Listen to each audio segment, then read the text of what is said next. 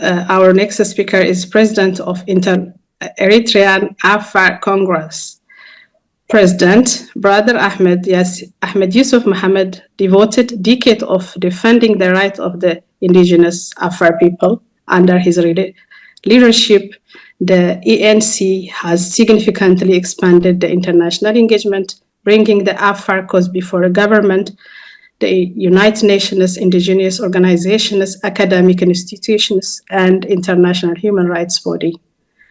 He has fiercely advocated for democracy, indigenous rights, federational constitutional reform, and justice for Afar people while promoting vision of united democracy and federal Eritrea. Ladies and gentlemen, please welcome Brother Ahmed Youssouf Mohamed, President of Eritrean Afar Congress. Once again, distinguished guests, respected colleagues, friends of the Afar Nation, ladies and gentlemen, welcome to the third Eritrean Afar National Congress. Thank you for joining us and for your continued solidarity.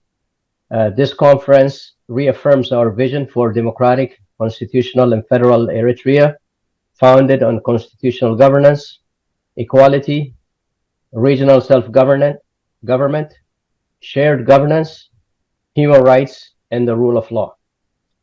For more than 35 years, the Eritrean people, and in particular the indigenous Afar Nation, have endured tyranny, political exclusion, the denial of fundamental rights. Afar struggle is not about division. It is about building a new political future based on inclusion rather than exclusion. We believe that federalism is a shared governance, provides a best path to preserving Eritrea's unity while ensuring justice, equality, meaningful participation for all of Eritrea's people. Together, let us work towards a just, democratic, and united Eritrea. As we traditionally do, I would like to begin with a brief overview of the Afar Nation's history and the geopolitical reality that have shaped our present circumstances. Understanding this history is essential to comprehending the roots of the political, economic, and social marginalization that the Afar people continue to experience as indigenous nation divided among three modern states in the Horn of Africa. Whether viewed as a blessing or a curse, the Afar homeland occupies one of world's most strategic, significant regions.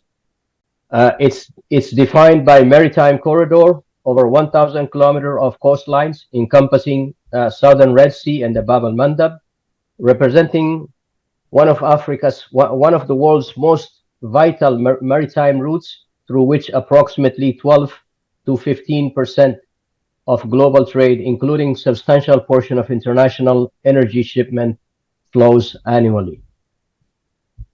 These coastlines are home to at least three international capacity deep sea ports: Assab in Eritrea, Obok and Tajora in Djibouti. The region contains valuable natural resources, including copper, zinc, potash, salt, along rich fisheries and marine ecosystem that have sustained the traditional Afar coastal economy for generations. For centuries, the Afar territories have attracted regional and global powers, from Ottoman Empire to European colonial powers, and the 19th century, particularly French in Italy. The Afar homeland became the object of geopolitical competition. During the period known as the Scramble for Africa, colonial powers partitioned African nations to serve their own strategic interests, while little regard for the rights, sovereignty, or territorial integrity of indigenous peoples. Before this partition, the Afar Nation existed as a unified indigenous people, sharing a common identity, language, culture, and legal tradition across continuous homeland throughout the Afar Triangle. Governance was exercised through 5 sovereign Afar sultanates, each maintaining authority while respecting the shared customs, kinship, political institutions that bound the nation together. The Afar customary governance is for far more than a cultural tradition. It is a it is functioning legal, political, and social system through which communities regulate land ownership, manage natural resources, resolve disputes, ensure security, preserve social cohesion. The indigenous institutions sustained peace and governance across Afar homeland for centuries before arrival of colonial rule.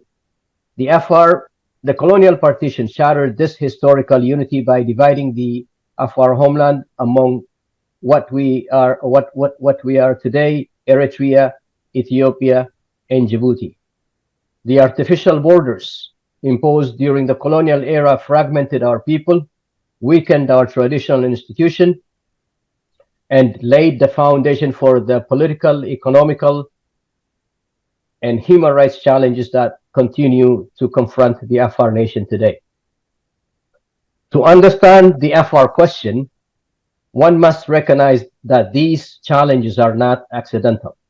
They are enduring legacy of colonial partition, centralized state building, persistent geopolitical competition over one of the world's most strategic regions.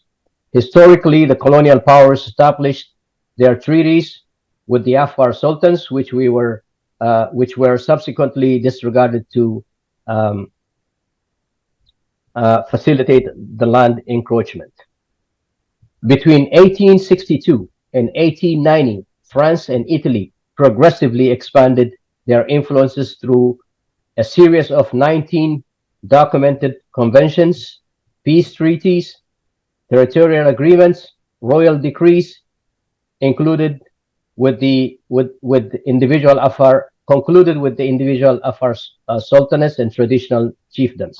These agreements became the legal basis for establishing what we now know Djibouti, formerly known as French Somaliland, and what we now know Eritrea as Italian colony, ultimately partitioning historical Afar homeland into 3 separate political entities. Major colonial agreements seen here in this slide include 1862 cession of Obok by France, 1869 to 1882 ASAB agreement between the Ankala and Rahaita sultanates and the Italian Robertino Company. In 1882, Italian royal decree establishing the ASAB as colony of Italy. In 1884 to 1885, friendship treaties with the Sultanate of Gobad and Tajora. In 1885, Rahaita's Convention extending French control from Ras Ali to Ras Dumera. In 1890, consolidation of Italian colonial rule over Asab and surrounding Afar territories. These documents and documented treaties, conventions, and royal decree demonstrate the European colonial powers negotiated directly with Afar sovereign authorities. Despite, like I said, initially honoring these agreements, the European powers extended their dominance by encroaching into Afar territories without consent. These interventions and aggressions triggered the revolt among the Afar people against the colonial powers, which was ultimately suppressed due to European superior military strength, leading to the capture and murders of multiple Afar sultans in modern Eritrea and Djibouti. This strategic importance of Dankalia has always been matched by the sacrifice of Afar people made to defend their homeland, sovereignty, and identity. Earlier you caught Professor Magnet recognizing sultanates and the Sultan. Among those who are present with us were Sultan Ahmed Ahau today. He is in fact in exile in Holland, but his sultanate in Eritrea, so Sultan of Biru, have been destroyed by the current Eritrean regime, and Sultan Abdu Haisama, his nephew, is exiled in Ethiopia. This shows you that the immense atrocities of Eritrean government against our traditional leaders. More than a century later, the consequences of these colonial partitions continue to shape the Afar political, economic, and human rights situation. Rather than acknowledging these documented history and the sacrifice of Afar people, the Eritrean state led by PFDJ regime has sought to erase the Afar historical contribution to Eritrea's formation while portraying the Afar as opponent of nation building. Like I was saying, in reality, without the indigenous territory and sovereignty and historical agreements of Afar nation, the territorial foundation of modern Eritrea would not have been taken their present form. Recognizing this history is essential to understanding both the origin of Eritrean state and the legitimate rights of indigenous Afar people.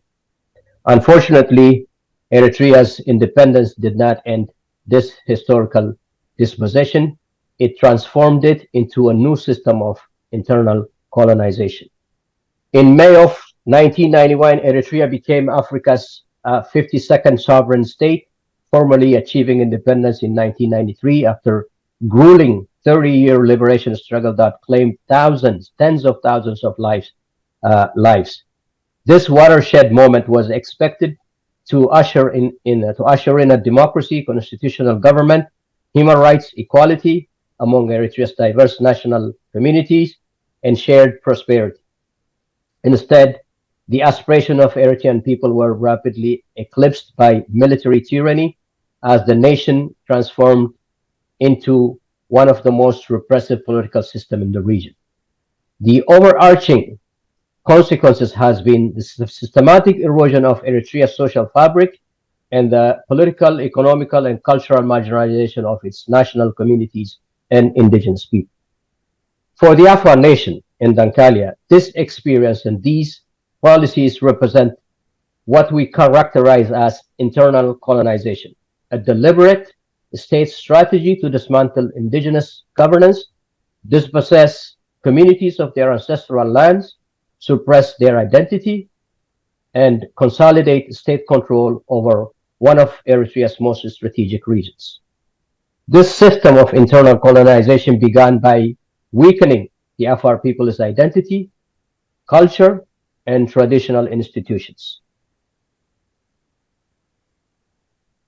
Some of the cultural erosions and forced assimilation, as you can see in this slide. Among the most consequential structural injustices introduced by the PFDJ regime under the President Isaias Afwerki was the vision of adopted at its 1994 founding Congress to engineering a so-called cultural, socio-economical, political revolution in Eritrea. In practice, this project became an instrument of dismantling Eritrea's historic diversity and replacing it with highly centralized system of political domination.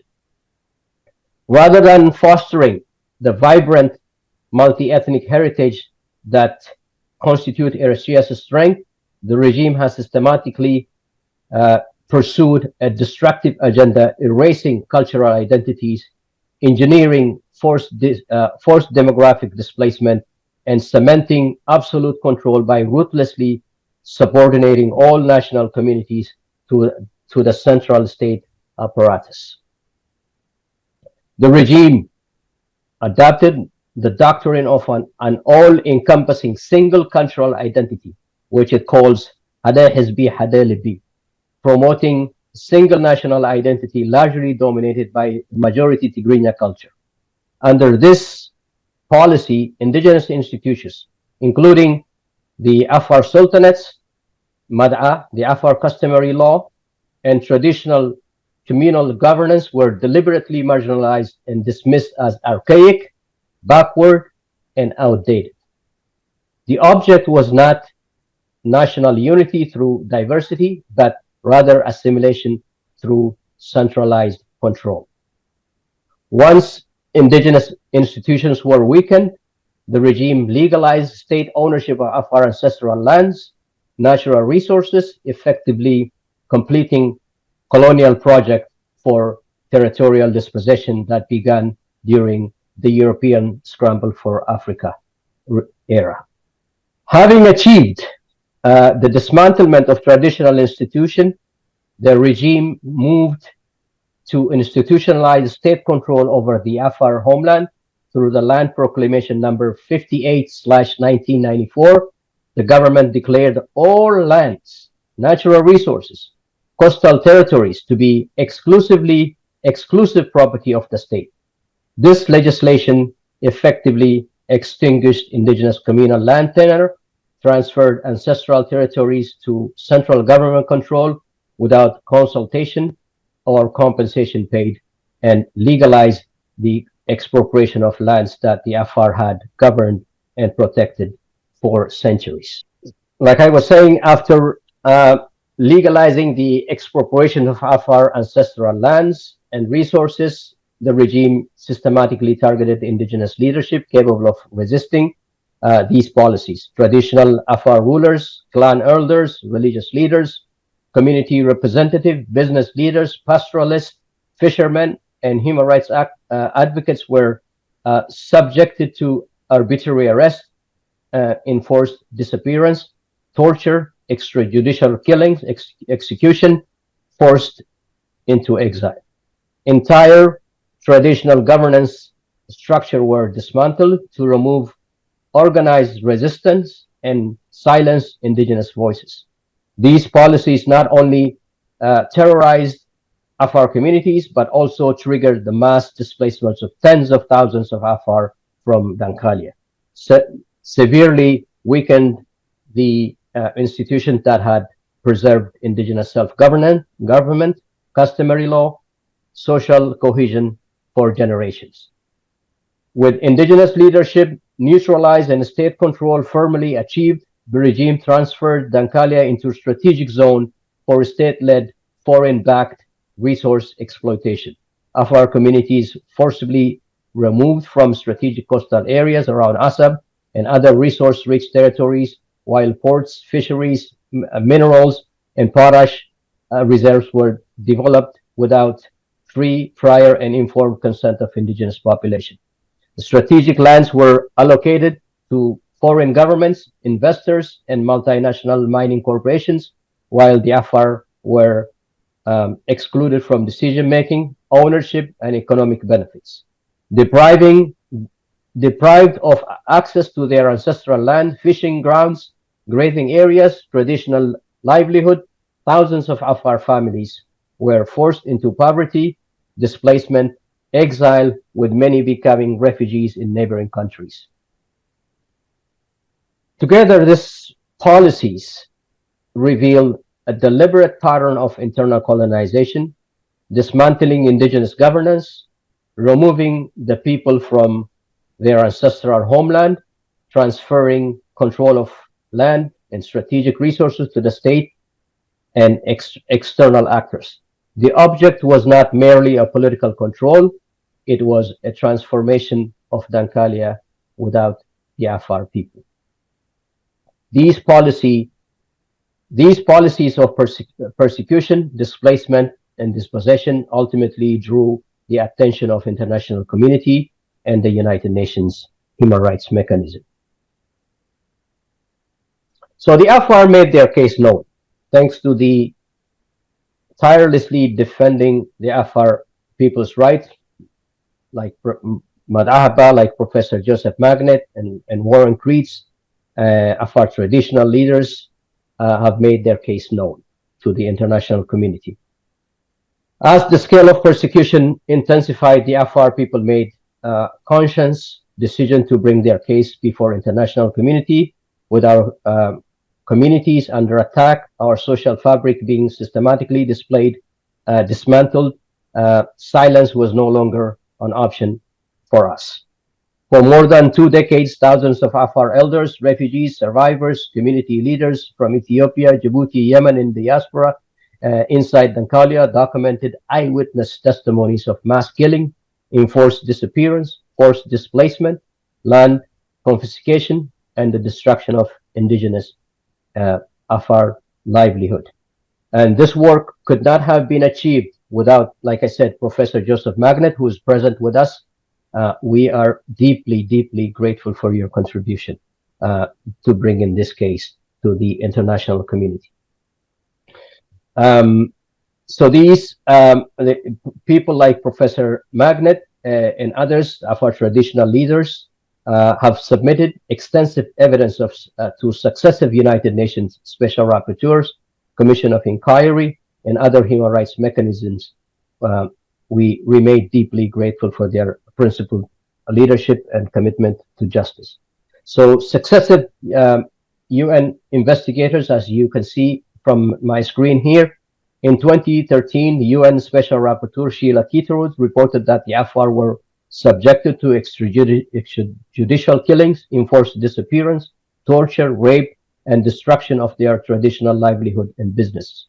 In 2014, the UN Human Rights Council established a Commission of Inquiry on Human Rights in Eritrea to investigate widespread abuses.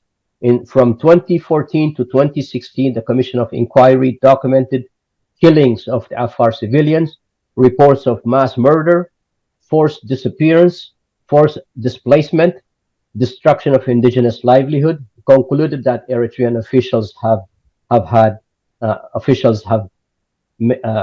Eritrean officials had committed crimes of persecution and crimes against humanity on ethnic ground against Afar people. In 2019, another UN Special Rapporteur, Daniela Kravet, called on Eritrea to respect the rights of Afar, particularly regarding the displacement of indigenous communities linked to the Kululi Parash mining project. In 2023, Dr. Muhammad Abdulsalam Babakir, who is present here with us, concluded that the Afar are one of the most disenfranchised communities in Eritrea, documenting decades of discrimination, harassment, arbitrary arrest, enforced disappearance, violence, and widespread persecution.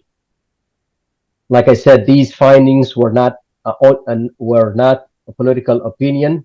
They were conclusion of independent United Nations investigation based on years of evidence gathering, eyewitness testimony, and international legal analysis. Today, our responsibility is to ensure that these documented findings lead to accountability, meaningful protection for indigenous rights, and democratic Eritrea, where every national community can live with dignity, equality, justice, and representative voice.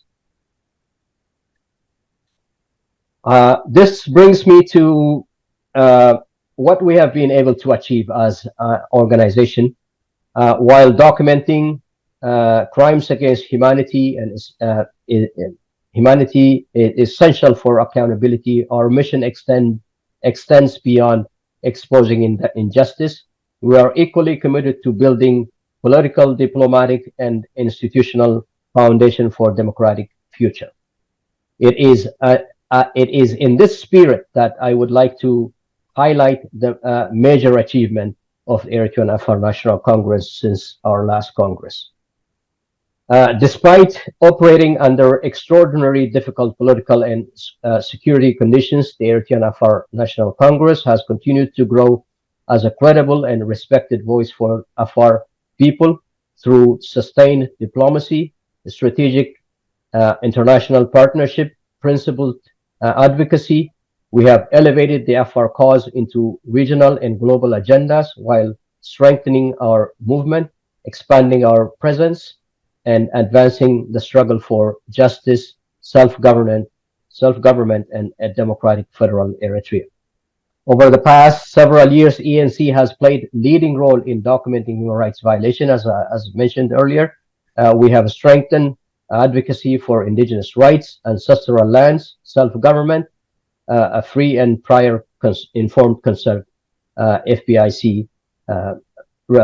Regionally, we established a permanent office in Samara, Ethiopia, expanded our engagement with more than 100,000 Eritrean Afar refugees throughout the region and displaced communities, strengthened cooperation within Eritrean democratic opposition, established an indigenous Afar resistance force, safeguarding our people and our homeland. These achievements demonstrate that despite decades of persecution and limited resources, the Afar national movement continues to grow in strength, credibility, and international recognition. They affirm EANC's steadfast resolve to defend the indigenous Afar nation, reclaim our collective rights, protect our ancestral land, secure self-government within united Eritrea and a democratic federal Eritrea.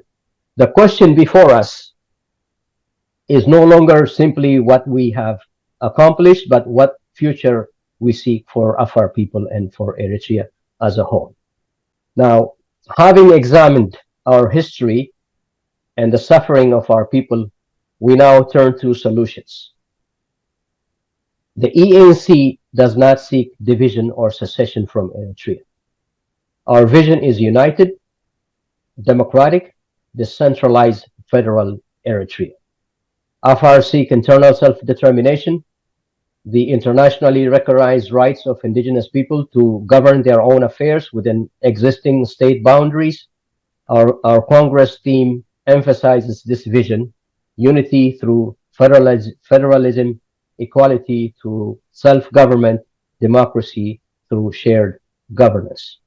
We believe lasting peace requires replacing exclusion with partnership and centralized rule with constitutional power sharing. The next question becomes, what would this constitutional arrangement actually look like? Our proposal is rooted in Eritrea's historic provinces and constitutional tradition, rather than a highly centralized administrative structure introduced by PFDJ regime. We propose decentralized federal constitutional system that preserve one sovereign Eritrea while providing meaningful regional self-government. Under this framework, regional governments would exercise constitutional authority over local affairs, while centralized government retains responsibility for national sovereignty, foreign affairs, defense, and other shared national interests.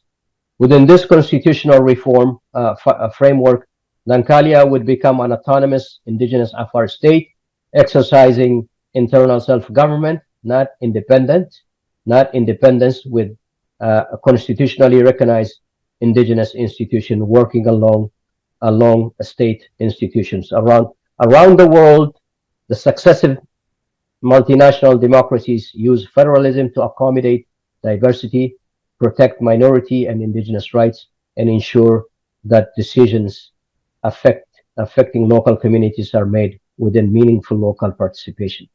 Power sharing, political power, by sharing political power rather than concentrating it. Federalism strengthens democratic legitimacy, reduces regional grievances, promotes accountability, and reinforces national unity. This proposal is not merely a theoretical. Eritrea itself has a constitutional experience with federalism. To understand why EANC supports this model, it's important to compare Eritrea's two constitutional traditions and lessons they offer for the future. As you can see in this chart, Eritrea had already experienced two very difficult constitutional models. In 1952, federal arrangement recognized regional autonomy and customary institutions. In 1997, a constitution which has never been implemented.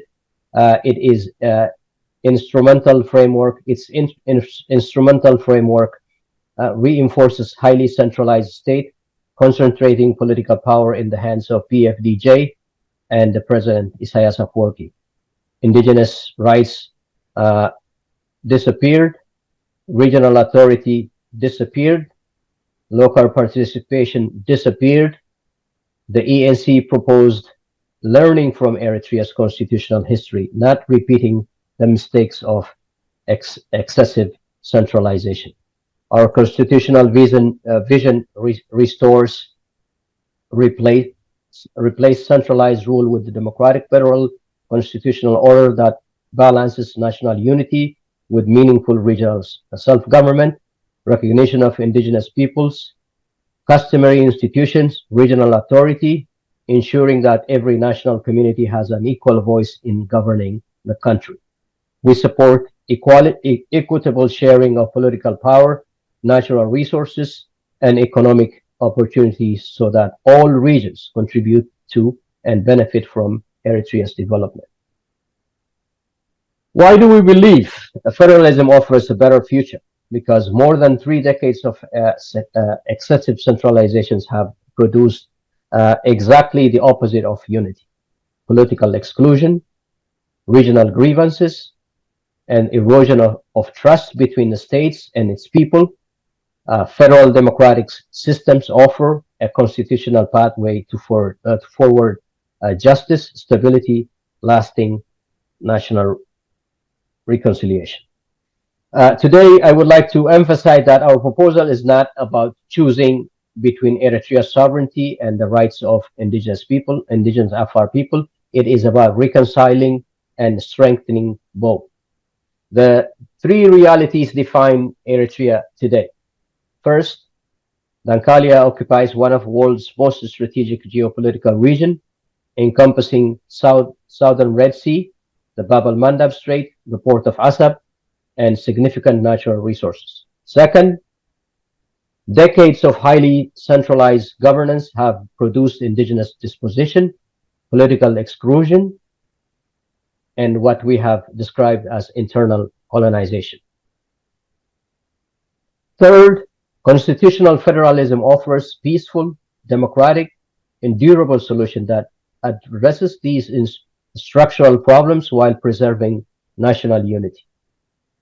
The key is recognizing that federalism is not a single constitutional model.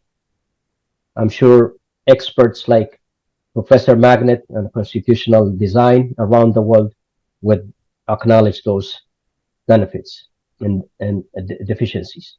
Around the world, successive constitutions combine territorial federalism, asymmetrical autonomy, and indigenous self-government within one sovereign state. These approaches are complementary, not contradictory. The Afar case is unique because Dankalia is both historical territorial region and the ancestral homeland of indigenous Afar nation. Unlike dispersed minorities, the Afar satisfy both constitutional principles. They are territorially concentrated within the historic homeland, which is Dankalia, and they possess a centuries-old tradition of self-government through the Afar Sultanate and the customary traditional law of Mad'a. For this reason, EANC proposed decentralized federal Eritrea based on historic regions within which Dankalia would be constitutionally recognized as autonomous Afar state, exercising meaningful internal self-government while remaining an integral part of one sovereign Eritrea.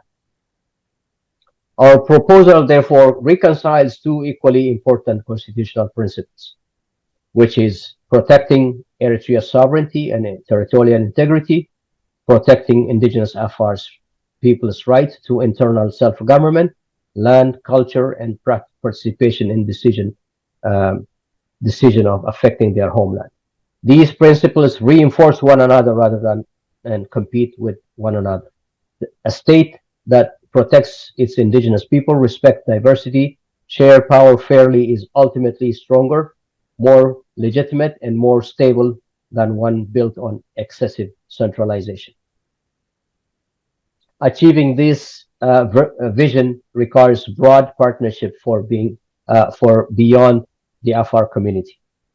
EANC cannot achieve democratic transformation alone.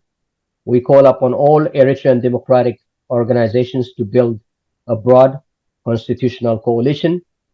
We call upon African Union, United Nations to recognize the Afar crisis as both as indigenous rights issue and regional stability issue. We urge international investors to respect Afar people's free, prior, and informed consent before undertaking projects in indigenous Afar territories, such as Dankalia. We have invited scholars. We invite scholars, civil society, youth, women, and democratic partners to help build a new constitutional future. Democracy requires partnership. This brings me to my final message. Throughout this presentation, we have followed simple journey. We began by examining indigenous foundation for the Afar nation. We showed how colonial partition fractured our homeland. We examined decades of centralized rule that produced systematic marginalization. We reviewed finding by the United Nations investigation documenting persecution. We demonstrated that the crisis facing the Afar is structural, not accidental. We finally presented peaceful constitutional solution based upon democracy, federalism, indigenous self-government. EANC remains committed to one sovereign Eritrea, democratic constitutional governance, equality of all national communities, internal self-determination of indigenous Afar, peaceful coexistence, and shared prosperity. Our struggle is not against Eritrea. Our struggle is for a better Eritrea, one founded on justice rather than domination, partnership rather than exclusion, democracy rather than authoritarianism. Finally, the future of Eritrea depends on its ability to embrace its diversity, respect its indigenous people, replace centralized authoritarianism with democratic federal governance. Together, we can build an Eritrea where every national community enjoys dignity, equality, justice, and meaningful participation. And I want to thank you for being patient with me, and I thank you all for listening.